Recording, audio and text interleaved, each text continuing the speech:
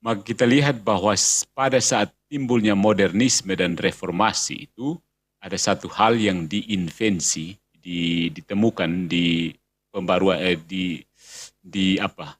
invention ya.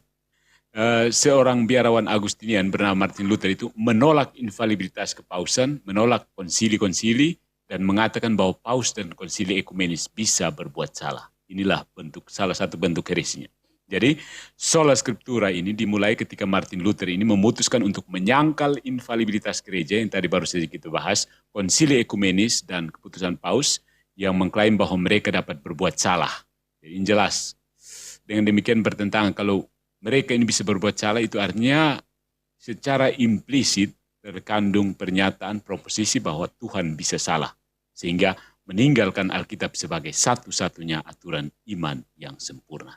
Jadi kebaruan itu memang tidak disebutkan dalam 95 tesis Luther, tetapi dijelaskan dijelaskan dalam karya-karyanya. Ya, terutama kalau menurut penjelasan Roland Bainton, ya, yang mengatakan bahwa dalam satu pidatonya Luther yang berjudul Here I Stand, Luther itu telah lebih lanjut menyatakan paus dan konsili mampu melakukan kesalahan. Ya.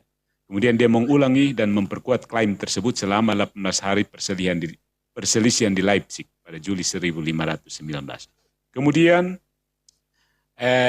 dengan dipelopori oleh Luther ini, kemudian John Calvin John Calvin juga menegaskan dalam istilah yang mereka sebut confession itu ya. Pengakuan Protestan pada abad ke-16 dan karya-karya teologi standar itu mengikuti pemikiran Luther ini bahwa gereja bisa salah. John Calvin itu membantah pendapat Katolik bahwa konsili-konsili ekumenis berada di bawah bimbingan langsung Roh Kudus. Dan karena itu tidak dapat berbuat salah. Itu dia bantah ya. Di dalam bukunya Institutes of the Christian Religion. Dan John Calvin ini menganggap tahta Romawi, gereja Romawi yang pernah menjadi ibu dari semua gereja, menunjukkan pada zamannya tidak ada apa-apa selain kemurtatan yang mengerikan. Nanti saya berencana membahas prinsip kemurtatan besar ya, great apostasy yang dianut oleh Protestantisme ini. Dan telah menjadi takhta antikristus. Itu dalam bukunya Institutes of the Christian Religion.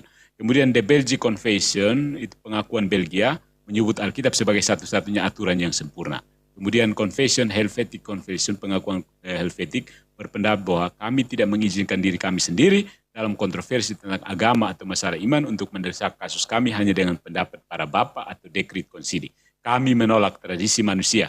Bahkan jika itu dihiasi dengan gelar-gelar yang terdengar tinggi, seolah-olah itu ilahi dan apostolik, disampaikan kepada gereja oleh suara para rasul yang hidup.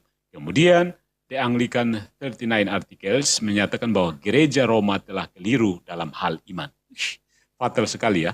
Dan bahwa konsili-konsili ekumenis bisa keliru dan kadang-kadang sudah keliru, bahkan dalam hal-hal yang berkaitan dengan Allah. Tetapi anehnya mereka tidak bisa keliru. Jadi gereja yang didirikan oleh Tuhan selama 1500 tahun bisa keliru, tapi gereja-gereja mereka yang baru 500 tahun itu tidak bisa keliru. Mereka sedang menempatkan diri mereka di atas Tuhan. Sebagai makhluk yang tidak tahu diri, mengangkat diri mereka melebihi Tuhan.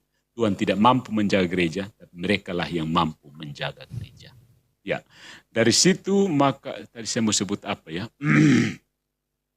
Saya lupa ini ungkapan ini. Oke, sudahlah.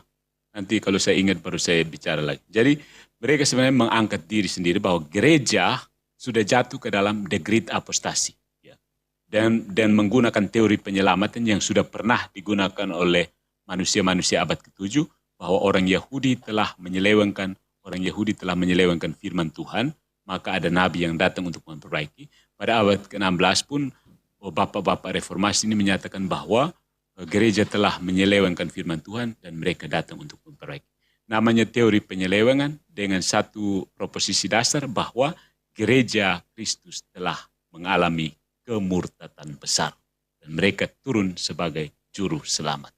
Dan banyak pengikutnya sekarang berkeliaran di sosial media mengajarkan kesesatan tersebut. Itu saja.